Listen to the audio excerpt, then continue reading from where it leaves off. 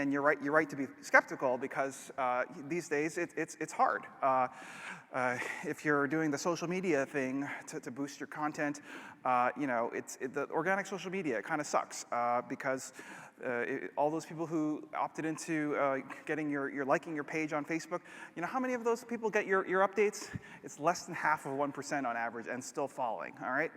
Even this company, Buffer Social Media, they're like experts in social media. They can't even get their social media to work. So how the heck are we supposed to get it to work if they can't?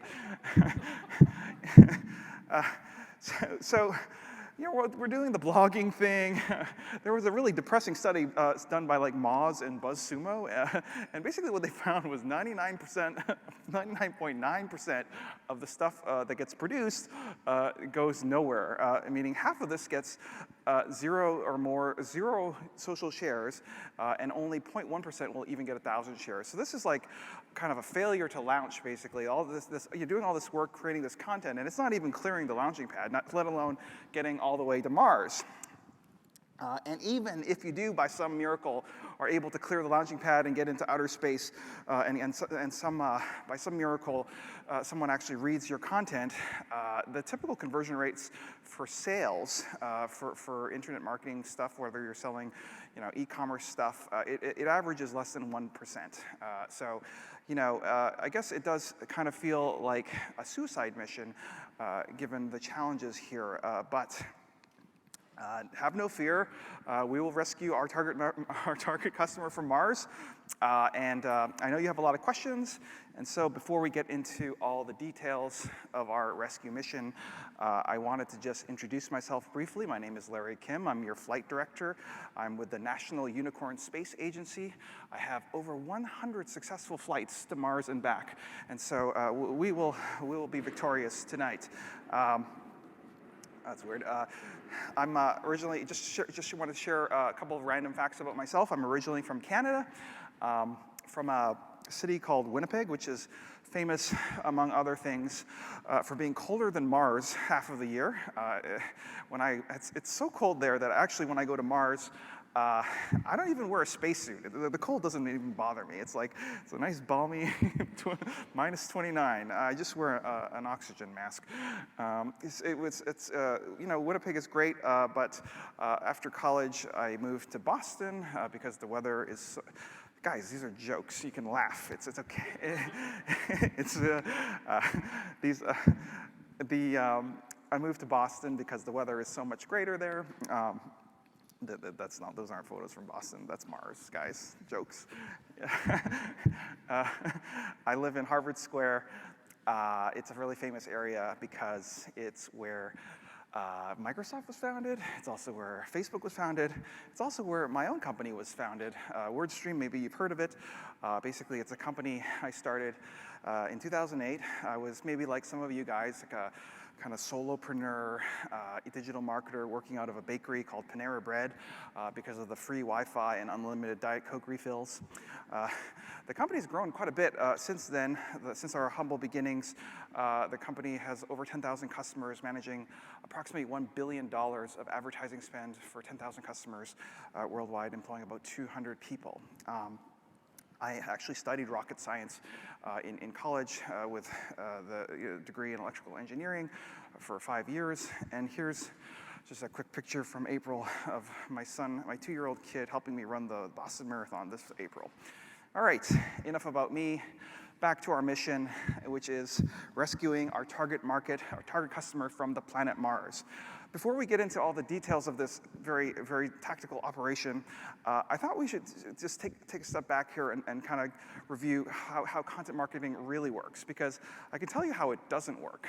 This is how it doesn't work. A lot of people think that the content marketing thing is just so easy. All you do is you create the content, you share it on your social networks like Facebook and Twitter and LinkedIn, and then people will consume this content, and suddenly they'll become your they'll just fall in love with your stuff and buy it. And guys, I'm sorry, this never happens, or almost never happens. Instead, as I was mentioning earlier, What actually happens is that this is a myth, and what actually happens is that most of the content that we produce goes nowhere, and we're talking like 99% of it. And then even if it does stick, if you're lucky to get that one piece of content that does stick, the path to purchase is both indirect and takes considerable amount of time. And so I think that's kind of a bummer, because wouldn't we rather believe the myth? It's so much more convenient. But unfortunately, in reality, content marketing doesn't work this way. And essentially what we need today to do is discover a way to make this promotion and sales occur more reliably and faster, so that we don't have to play the waiting game. I hate this stupid waiting game. We don't have enough time and oxygen for this waiting game. And so the good news is I will be sharing with you today some new unicorn rocket technology. This is really amazing stuff, guys. And I know what you're thinking. It's like, wait a minute, unicorn rocket technology, that sounds expensive. And the good news is it's actually very, very cheap. These unicorn rockets, they're actually, I'm not advocating for spending tens of thousands of dollars of media budget on Facebook ads and Twitter ads every month. In fact, you can buy your very own unicorn rocket for $50 or less. So act now. So you guys, here's the thing. When I do social media advertising, I'm not doing it to just throw money at the problem. I use it in one of two very, very strategic ways. The first way that I use social media ads is as a catalyst, as a strategic catalyst to get the ball rolling. Sometimes content marketing is a little bit like gravity. It just needs a little push to get the ball rolling, if you know what I mean. The other idea here is that I use social media advertising as an accelerant to make a very, very successful project even tremendously more successful. It's like throwing gas on the fire. And so the two ways I use social media advertising, A, as a catalyst, B, as an accelerant, and always using small budgets, $50, $100, that kind of thing. You see, there's two things that social media ads do fantastically well, guys. The first thing it does is it is the most powerful, most scalable, most targeted way and cheapest way to promote the content that you're producing to the target market that you have in mind, that you intend to promote your products and services to. The second thing that social media advertising does fantastically well is it has a just a truly remarkably amazing way of turning those website views into actual customers, leads, and sales. So those are the steps here. We're going to go through all the steps today together, but basically when you have this set up, it's basically like printing money. So let's do this. We're going to talk about the top 10 paid advertising hacks on Twitter and Facebook, the word hack is like used all over the place. I just want to make sure that you understand what I mean when I call it a hack. What I mean by hack is it's like a really interesting way of getting a tremendous amount of leverage on a very small amount of effort, time, and resources spent. All right, so basically, we're going to have to be a little innovative. And so the first concept that I wanted to talk about today has to do with this notion of the algorithms that power the ad servers for Facebook and Twitter. And they are governed by a machine learning algorithm, which is known as quality score. And it was originally invented by Google, but then when these social ad platforms came out, they just copied the idea for their own ad platforms. Essentially, it's the same thing. Google calls it quality score, Facebook calls it relevancy score, but it's the same identical concept. Basically, the higher the engagement of the posts that you're promoting on Facebook, so if people are liking or commenting or clicking or expanding or viewing the promoted post, if the higher the engagement level, the higher your relevancy score will be. And if you have a high relevancy score, you'll be rewarded by these ad platforms greatly in the form of higher impressions. So like Facebook and Twitter will be saying like, hey, this is really interesting. People like this, so I'm going to show this ad to more people. You'll also be rewarded with a substantially lower cost per click, like significantly. Twitter has the same idea. They just changed the name. They call it quality adjusted bid. That just sounds like quality score. They just changed the word score to adjusted bid, just to probably to avoid trademark issues. But essentially, it's the same thing. What they're looking at is the relevancy, resonance, and recency of the promoted tweet that you're promoting, and the higher the quality adjusted bid, again, the higher your ad impression share will be, and the lower your cost per engagement. Guys, so the thing that most people kind of mess up when they get started with social media advertising is they tell me, hey Larry, look, I tried Facebook ads, I tried Twitter ads, I promoted some piece of junk, and it was costing me $3 a click and had a 1% engagement rate, right? And they're like, Larry, how am I going to make this profitable? Like the profit margins on these things isn't even $3, okay?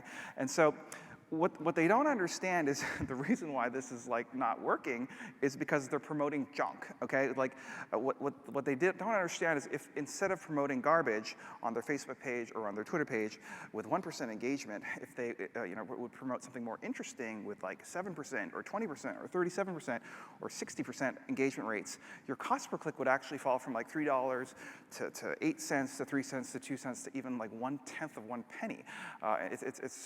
So people don't understand the leverage here. And so essentially, the most important thing here is why we're leading with this in terms of the success in social advertising is to maximize these quality scores. So basically, the posts that you're promoting, they better have high engagement, because if you have great engagement, you'll get a high quality score, you'll get tons of ad impressions, and a very, very low cost per click. The reverse is also true. If we are promoting garbage, then you'll be paying $3, $4, $5 a click. And even worse, Facebook and Twitter won't even bother showing your ads, because it's like, I'm going to show. Why would they bother showing junk? They're going to show like other ads that are more engaging. And so, basically, my idea here is to promote your best stuff. I call these your unicorns, because they're such beautiful, rare, remarkable creatures. The top 1 or 2 or 3% of the content, the most engaging content that you have in your library. I just wanted to give you an example of one such unicorn. This is something I tweeted last year. Goodbye Google+. I put a link there, and I'm not really good at Photoshop, but I kind of photoshopped a little gravestone with the Google+ logo. And I'm actually not a fan of Google+. But basically, when I tweeted this thing, within minutes, it got like 100 retweets, all right? So I was like, whoa, wait a minute. This is crazy. Like, everyone who sees this thing is engaging with it. It had like a 40% engagement rate. And so what I did was I just put $250 behind that post, because it was so engaging. I thought, like, well, these people, clearly it's very, very funny and engaging for my audience. I'm going to just give it a little push. Remember, I was saying like using it as a catalyst or an accelerant. In this case, I'm using it as an accelerant, something that's really working already, to make it work even more. So I sponsored it for $250, and for that investment in paid promotion, I got 1,500 retweets and 100,000 visitors to this piece of content. Now that's not a bad deal, guys, because your time's not free. Creating this content, your time, call it $1 or $2 or $300 an hour, whatever your time is worth. It's probably worth spending an equal amount of time to make sure that piece of content actually gets consumed by hundreds of thousands of people.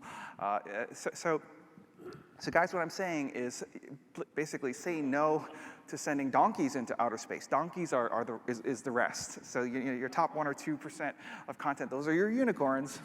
Everything else, those are your donkeys. You see, marketers, they're so biased. They think like, oh, this thing is a unicorn, but it's exactly a donkey. And I've just seen it over and over. Marketers trying to launch their donkeys into outer space, and they never make it. They just, I don't know, they're just not fit for space travel. So guys, wouldn't it be so cool if there was some really interesting way to get high quality score unicorns, not just 1% of the time, But 50% of the time, or 70% of the time, wouldn't it be so interesting if there was a way that we could kind of game the system so that it wasn't such a suicide mission to begin with? And basically, if there was a way, boy, would that be ever great, because then we'd be living in unicorn land. And believe me, I've been there. It's great. The weather is it's a sunny 76 degrees or 24 degrees Celsius. It's beautiful, always sunny, and so sparkly.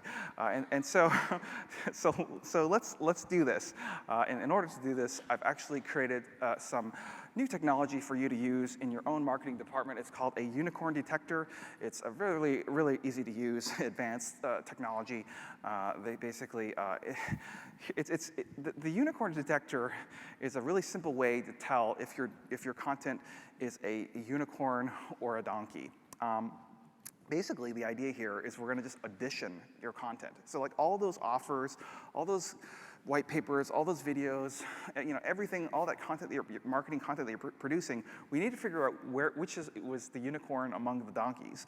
And so what we're going to do is we're going to addition them organically. So the way that you addition them is you just test them out. You send them out on Twitter.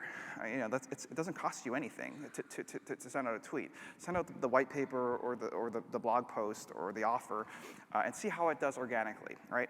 Now, it doesn't have to be Twitter. It could be any organic channel. If you have a mailing list, like you could try sending out to a segment of your database. The point is, you actually have to test these things out. And then what you do is you look to see how it did, and look at which ones were the outliers. Like what was the one that had the 10 or 20 or 30% open rate or click-through rate, as opposed to the typical 0.1% click-through rates. And so what we're going to do is we're going to identify the unicorns, and we're only going to pay to promote the unicorns on Facebook or on Twitter. See this unicorn strategy, it'll help you determine if the content you have really is a unicorn, or if it was like a triceratops or a rhinoceros or some other thing that looked like a unicorn, but wasn't actually really a unicorn. So guys, the idea here is we're going to just test more stuff organically and only promote our best things. All right. You see, the worst thing that you could ever do, okay, the worst thing you could ever do in paid social media advertising is to say, I've got $1,000 of media budget to spend this month, and we typically do like 10 or so posts to the Facebook wall. Let's evenly divide the budget, $100 per post. No. You don't do that. That's terrible. What you do is you go all in on the one post that was the outlier, that was actually the best performing post for the month. The second worst thing that people do is they say something like, it's been a while since we've had a big hit on the blog or in our video marketing efforts or whatever. It's been a while since we've had a real hit. Why don't we just promote some piece of junk from last month, to see if it does any better? And guys, that's ridiculous, because if it didn't do well last month organically, it's not going to do well by putting money, pushing it with a paid budget. It'll do the same. And so, like a donkey just stays a donkey. So the question becomes, how do we find these high engagement unicorn posts? How do I determine which ones they are? And basically, there are two tools that I use. One is Facebook Insights. The other one is Twitter Analytics. And basically, you just download the data, look at the engagement rates, and sort by whatever metric you care about the most, whether it's click-through rates, engagement rates, conversion rates. Just sort by the column of engagement, and just pick the top 1 or 2 or 3%, basically the outliers. So guys,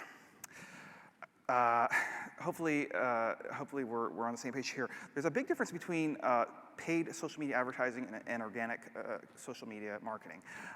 So most of the people that I know who are doing paid social media advertising come from an organic social media background. And there's this one big mistake that they make when they're making the switch from organic to paid. Do you guys know what the big difference is? It's a different game. In paid social media, you're supposed to be picky, right? We have to pay for this stuff, right? So if we're going to pay for this stuff, what we're going to do is we're going to be very, very picky as to who we're going to promote this stuff to, cast a narrow net, and then maximize the engagement within that narrow net that we're casting. You see, in organic social media, it doesn't matter. You can't really target, like, I only want to target women or men or, or ages. You're just blasting out all this stuff, and you're hoping it, to go viral or whatever. Paid, it's like chess and checkers. It's a completely different game. We're casting a narrow net and trying to maximize those engagement rates to 20, 30, 40% within those nets. So this brings me to my number 9 social media ads hack, which is to use premium Unicorn Kisses rocket fuel for our unicorn rocket. See, did you think we were going to go to Mars using regular unleaded? No. That doesn't have the mileage or pack the punch that we need to clear the Earth's orbit. We're going to use premium Unicorn Kisses rocket fuel. Basically, this idea is to use ad targeting, and I wanted to give you a couple of ideas here. This is a dumb piece of content that I wrote for Inc. magazine. I'm a columnist for Inc. magazine, and it was just 10 things you can learn from Donald Trump about running a Twitter account. And guys, I promoted this piece of content on Twitter for $49.93, and for that price, I got 2,183 clicks, 348 retweets, 18 followers, an engagement rate of 27%. That's very, very high. And guys, regardless how you feel about Donald Trump, that's not my point here. This is a brilliant piece of content because of one reason. You know what it is? It's because it has a precise audience definition, a discriminating audience in mind when I created the piece of content. So like targeting a piece of content to everybody isn't discriminating. You have to be able to draw a box around who might be interested in consuming this content. And likewise, you have to be able to exclude what types of audiences would not be interested in consuming this content. And so you can see here, I'm able to target social media marketers who are also fans of Donald Trump, you see, while excluding all the people who aren't in the industry and think that he's a blowhard. So basically, one other thing I wanted to point out here is when I say that $50 thing, that I don't spend more than $50, that's not a gimmick. Like I swear, I only spend $50 on these campaigns. Do you know why that is? For $50, you're going to get 10, 20, 30,000 impressions and a few thousand clicks, right? If it doesn't work within that first $50, there's absolutely no reason to like put more money behind something that didn't work. Do you see what I'm saying? So like I'll never I won't throw more money at this if I don't get the engagement metrics that I wanted to see. You'd have to change the content or change the targeting strategy. But $50 is generally how much I spend.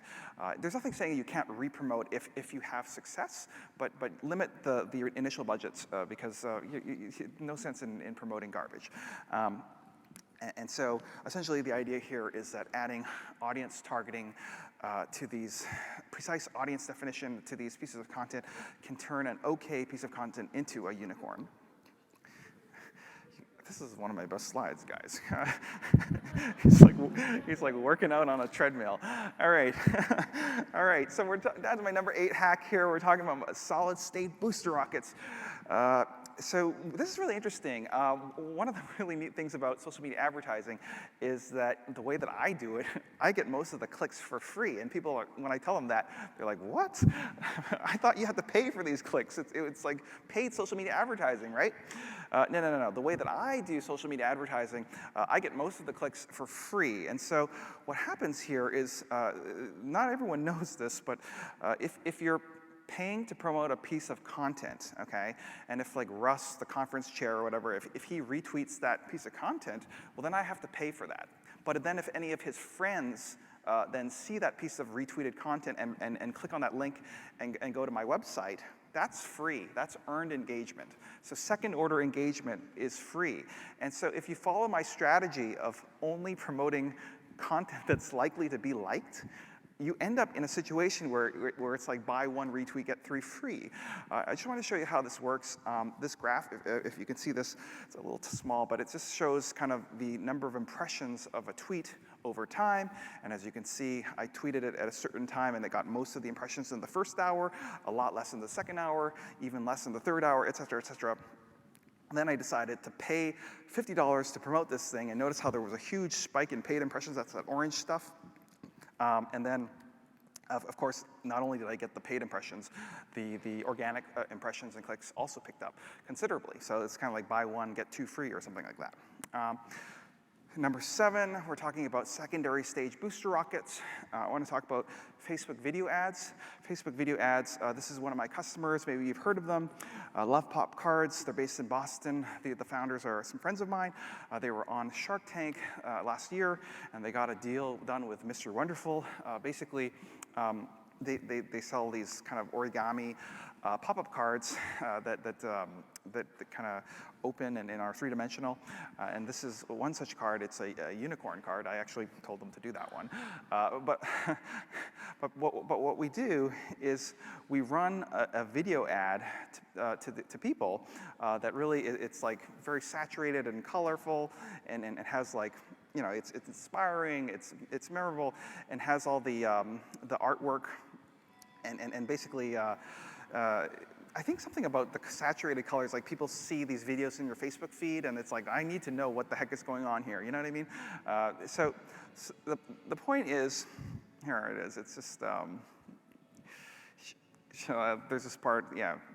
So we've got some branding, we've got some emotional triggers going on, and basically, when you convert a piece of content into video, it'll generally increase the relevancy score by 2 points. All right, so like if I did this exact same ad as an image, that would say it got a 5 out of 10, okay, of the relevancy score, and just by converting into a video, on average, that'll become a 7. Okay, so that's dramatically more engagement.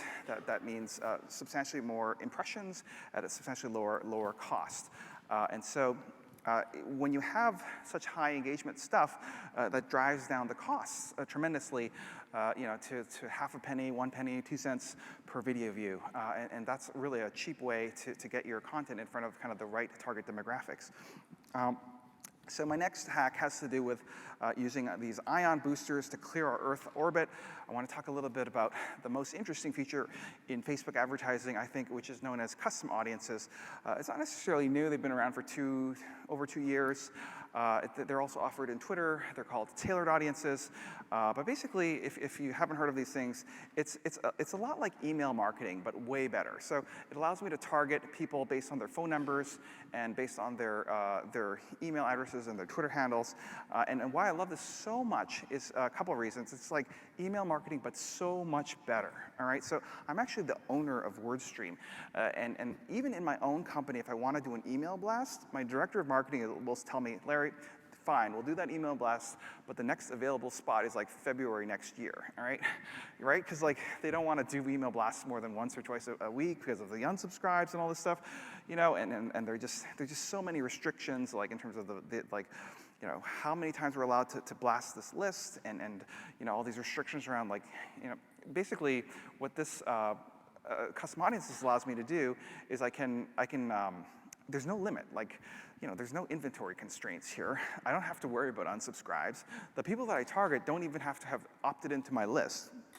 And it's pretty interesting. It's not free, but the way that I do it, like by targeting very narrow lists, it's practically free because 10,000 people, 5,000 people, that's going to be under $50. You see what I'm saying? And so identity-based social media advertising, I think it opens up a huge number of opportunities for marketers to do very, very targeting marketing that perhaps you might have not considered. Let me just show you 1 or 2 examples of what I'm thinking of here. So this is a true story.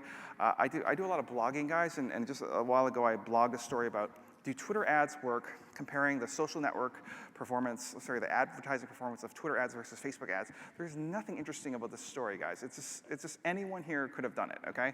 All I did was I just looked up some stats on average cost per clicks and click-through rates for Facebook versus Twitter, turned it into a table, and then I shared it on my Twitter feed and on my Facebook feed in a graphical form. All right, anyone here could have done this. So what's interesting about this story is that I promoted this blog content onto my list of influential users. So here I've got this like custom audience of 1,666 influential people that I hand curated. These are like the editor-in-chief of like the Wall Street Journal, of Business Insider, of CBS, of Fox News, et cetera, of search engine land. And so basically I had an intern search on the keywords that were interesting for me, for my business, and just find out all the Twitter names of all the influential people in the space. And he's curated it into this influential list that I can specifically target with that Twitter tweet or Facebook post. And so basically, within maybe an hour or so, Business Insider's editor-in-chief writes me back and says, "Hey Larry, I saw your story on Twitter and Facebook ads. We would love to run that story as a syndicated column in our publication." And I'm like, "Sure, this is great," because Business Insider, it's a much bigger publication than my own personal blog, right? So that means more exposure for my content. And I didn't have to really do that much work here. I didn't have to rewrite it. They just wanted to reuse that piece of content so I get in front of other people's audiences here for no additional cost. So I was like, sure, well, we'll do it. And I'm like doing my link building dance and like a celebratory thing. But here's the thing, guys. Remember how I was saying like, there's two usages of social media that I do. The first was kind of a catalyst to get the ball rolling, and the other one was an accelerant to make successful projects even more successful. This thing took off so quickly, like the Business Insider guy got back to me so quickly that I wondered, like, what would happen if I put gas on this fire, So essentially what I did was, you need to go, when you have these remarkable unicorns, these pieces of content that seem to be doing well, it's not good enough to just say, hooray, I won, let's go home. You actually have to go all in with these things. It's like in poker, if you had like top hand, you would try to leverage a strategy to extract as much as you could from that hand because those hands are so rare. And so you really got to go all in with these unicorns. And so what I did was I re-promoted the post. I'm like, what the heck? I'm going to put another $50 behind this post. Of course, what I did basically after doing that, an hour later, I got another email. It was from Fox Business News. It's like, hey, Larry, saw your piece. We'd love to have you on our show. Could we drive you out to the satellite office and do a live broadcast? Okay, guys. So this was like a 4.5-minute segment on Fox Business Channel. I could not afford to buy 4.5-minute commercial. Like, this is the leading business network with over 1 million viewers of the show worldwide. It's a global distribution, and it would have been like $400,000 or something, for 4.5 minutes worth of commercials. Kind of ridiculous. So great exposure for me personally, also for my company. But it got even better because after the show aired, I got all these emails from people at Facebook, and they were like, saw your segment on Fox Business. We'd love to fly you out to the office in Menlo Park and meet some of like the executives. I actually met Sheryl Sandberg and a couple other VPs and got to build a business relationship with these people. And the best part of this story is that they found out that my wife was pregnant at the time. This was like 2 years ago. And they gave me this free Facebook baby hoodie, which was $25, which was half the media spend.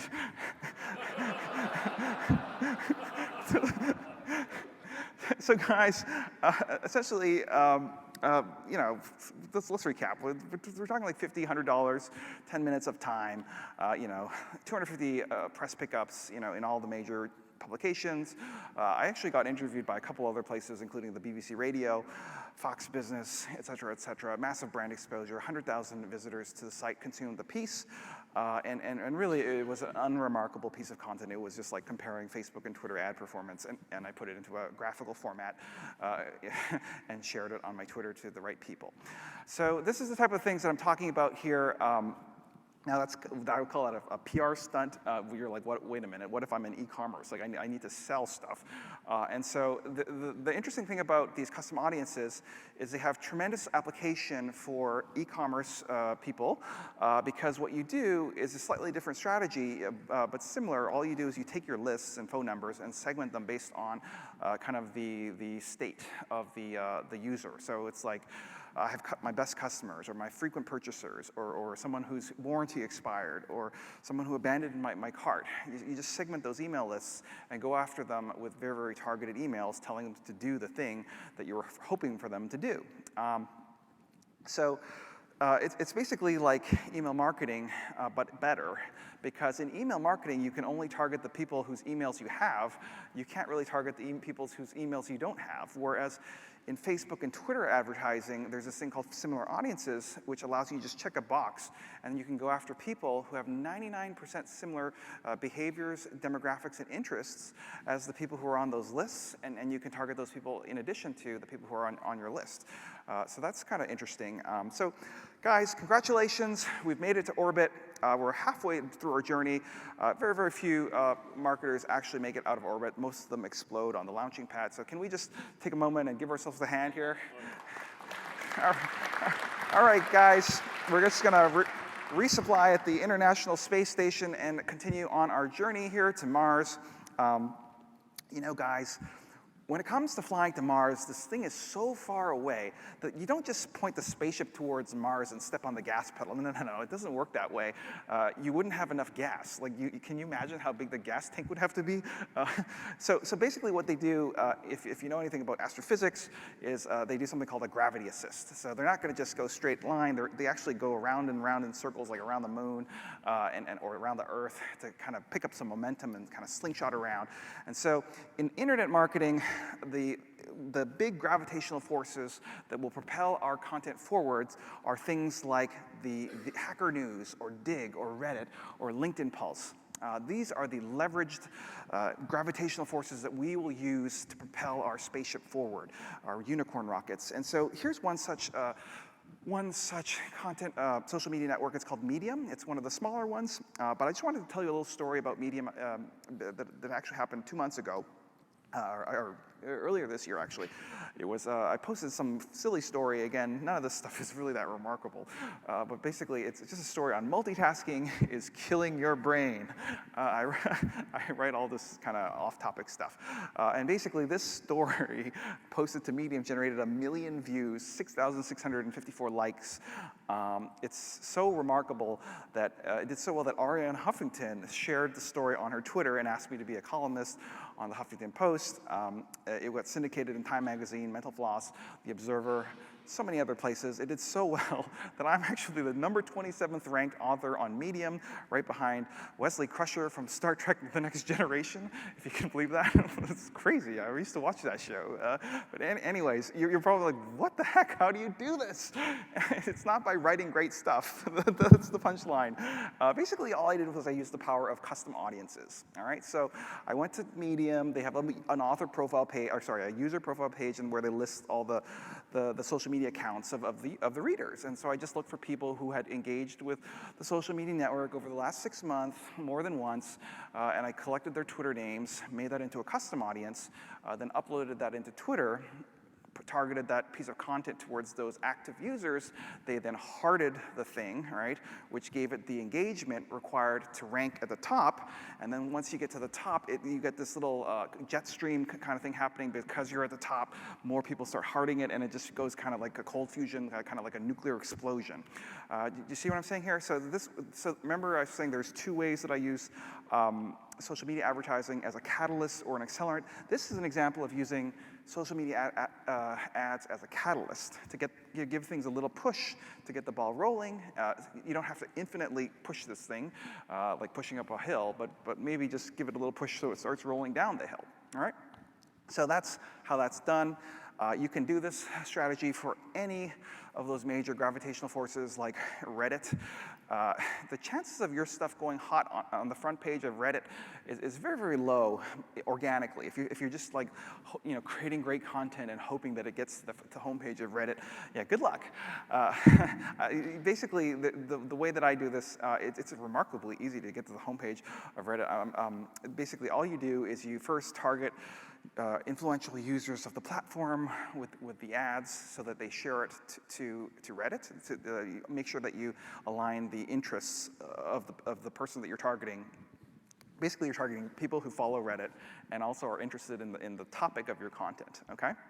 And then once one of those people actually shares it to Reddit, you then create another ad that targets people to go to that Reddit page so that they upvote the thing, all right? So it doesn't work 100% of the time. Like this, roughly, it works about 10% of the times that I use it, but like compare that to like, you know, the one in a million chance that you have, you know, of having stuff go hot on Reddit, kind of organically, right?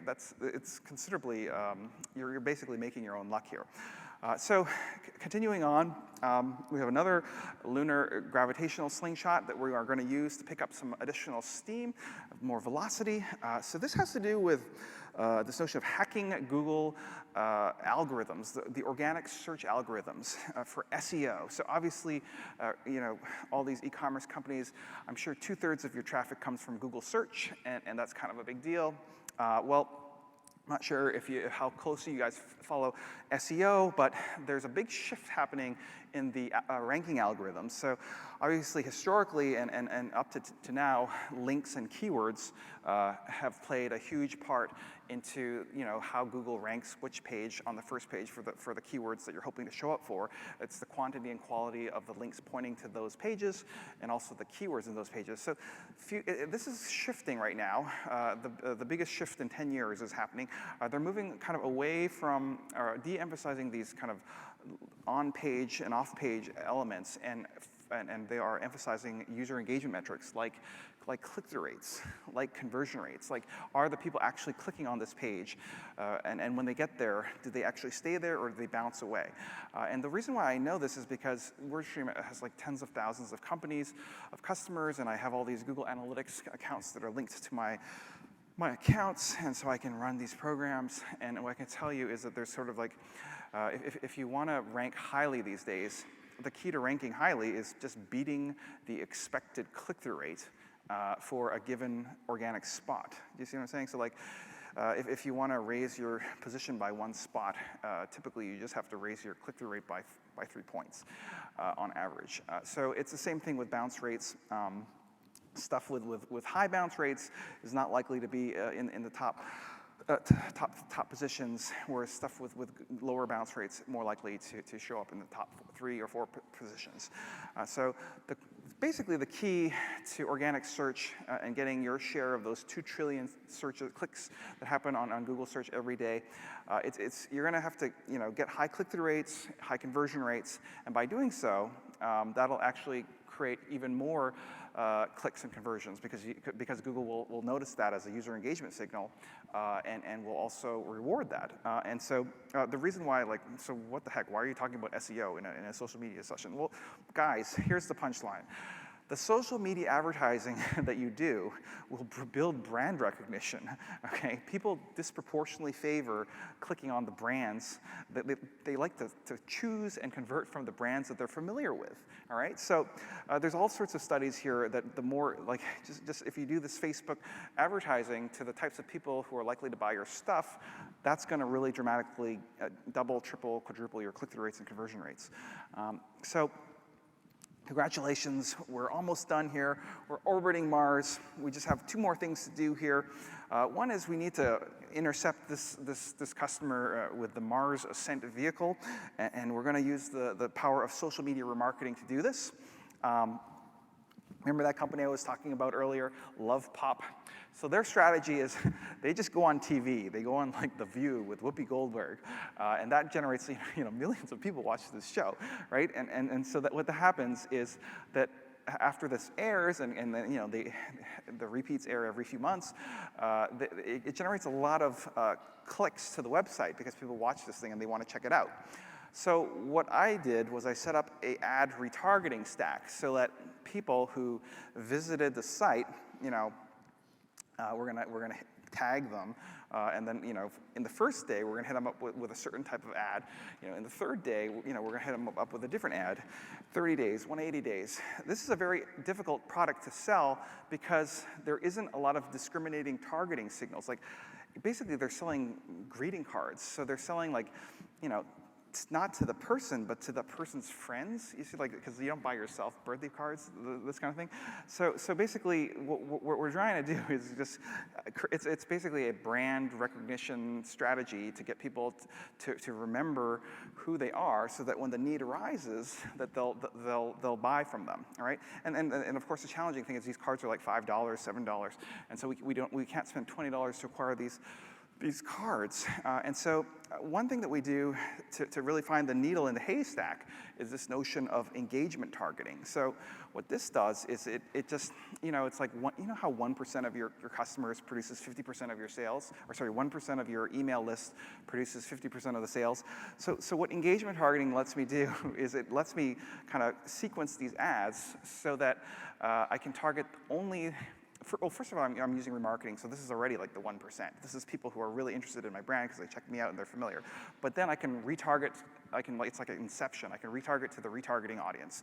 So of the people who I was retargeting who also engaged, I can target them with a follow-up. And so you're basically getting the 1% of the 1% kind of thing. And so that's how you drive your costs down from like, $50 cost per acquisition to like $1 cost per acquisition. You just have to be a little bit more picky. And so, obviously, you should be using Facebook product ads. I could spend an hour talking on this. It's a different topic, but it's all based on remarketing. Another area that we use a lot is YouTube True View shopping ads. Again, this could be another hour session. What this is it's ads within ads. So again, like an Inception thing going on. Here we have a Wayfair ad that plays, and that's targeted by retargeting. But then within that video ad, we have on the sidebar these additional ads that highlight kind of the products and services that were either viewed through remarketing or are featured in this video. And so it's basically like an infomercial, right? Except that it's a direct response infomercial.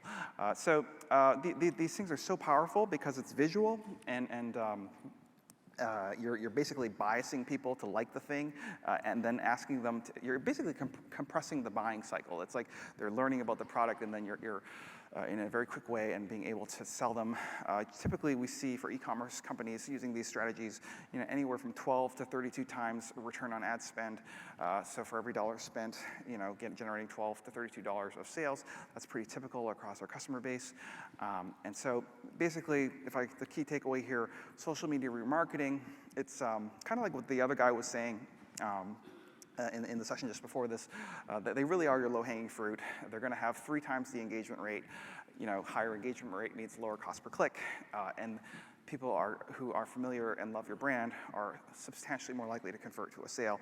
So, I'm agreeing with that guy. Push through your hard offers. Actually hit them up for sales, as opposed to just content. We're almost done here. There's this notion of the Mars intercept. And that idea is to combine and integrate all of the strategies that we've been talking about for the last few minutes here. We're talking about the power of remarketing, demographic, behavioral, interest targeting, along with the high engagement content. And when you combine all 5 of those strategies together, you get something called super remarketing. Has anyone ever heard of super remarketing? That's okay, I just made it up. It doesn't even, it doesn't even exist. But yes, it's kind of like unicorn remarketing.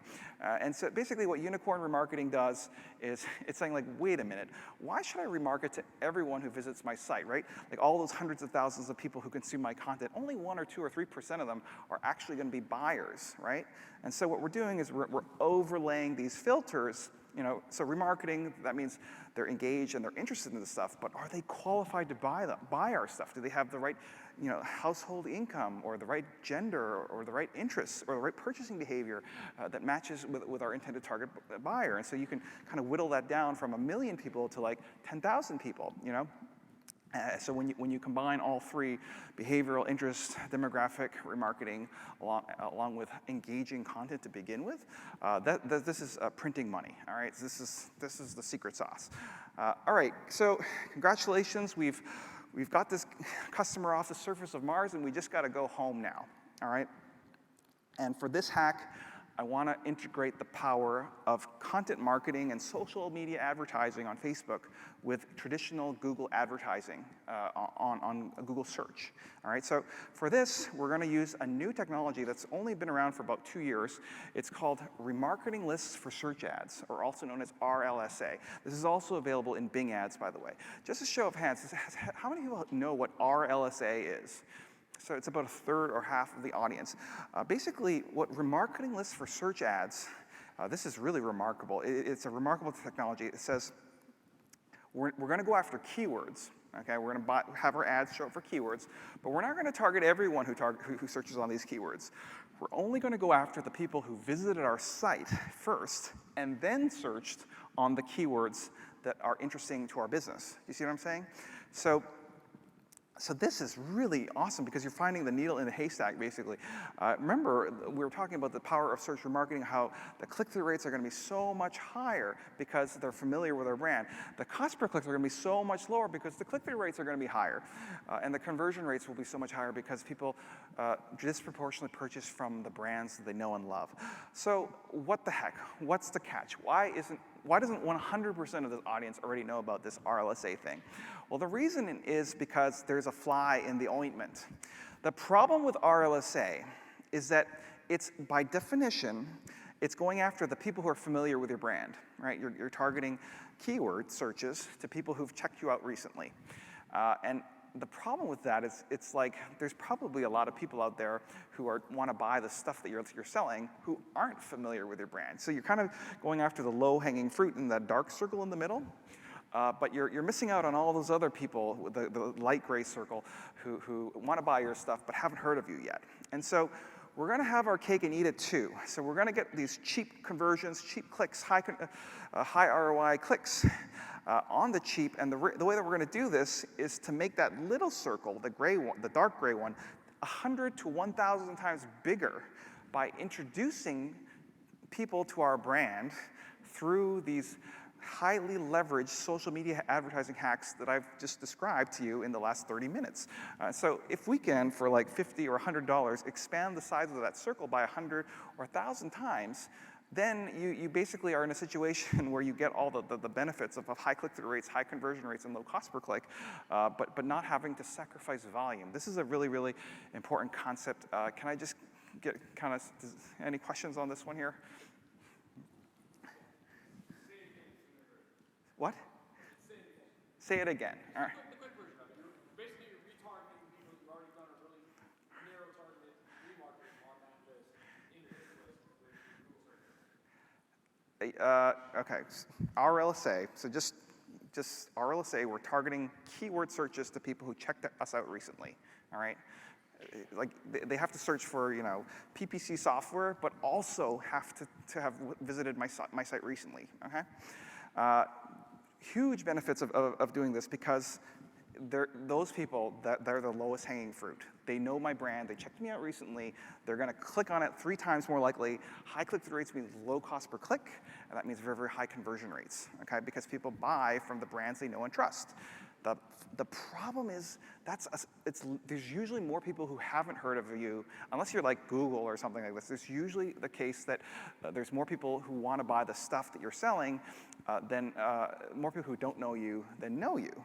And so what I'm suggesting is you just have to expand the circle of people who are familiar with your brand by engaging in these other online advertising hacks that will go after like millions of people who fit the target interests, demographics, and behaviors of your target buyer, so that later, when they do decide to buy your stuff, you'll catch them with your RLSA nets.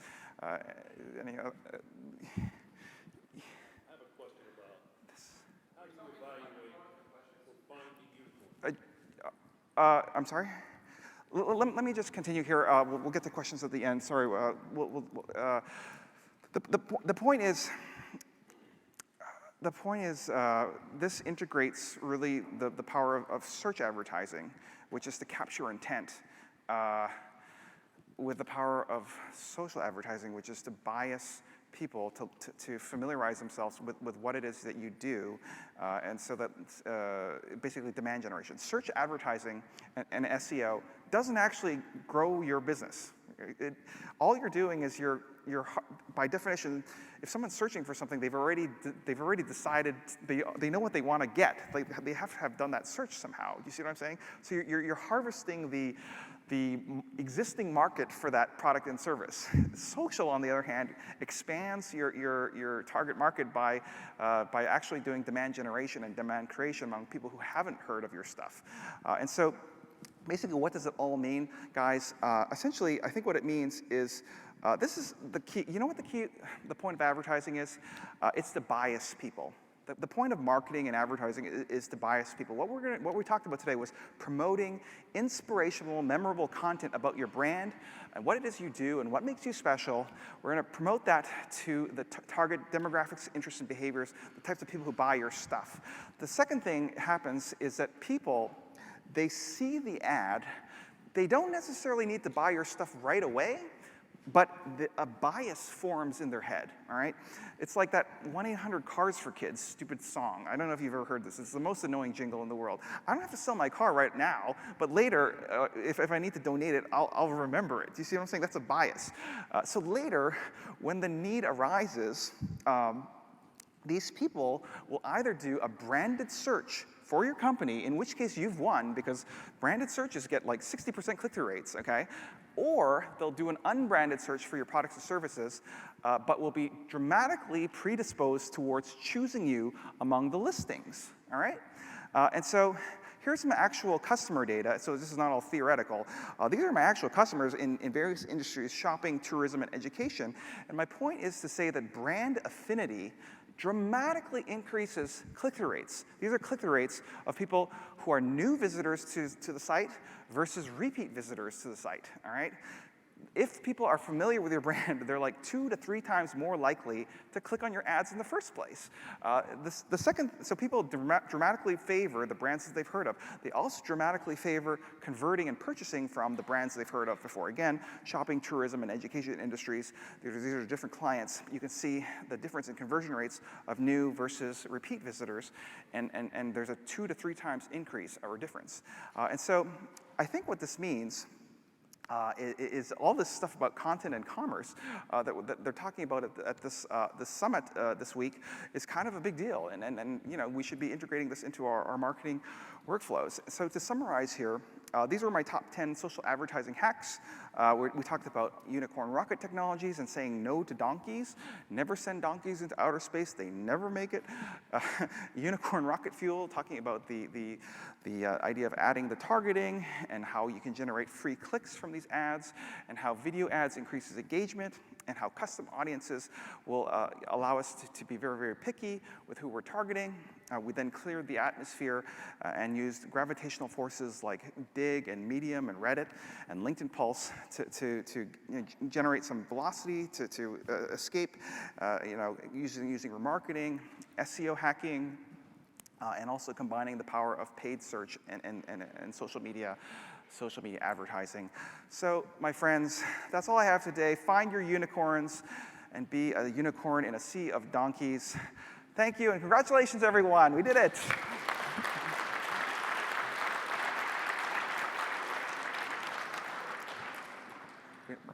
Thanks so much. Thanks.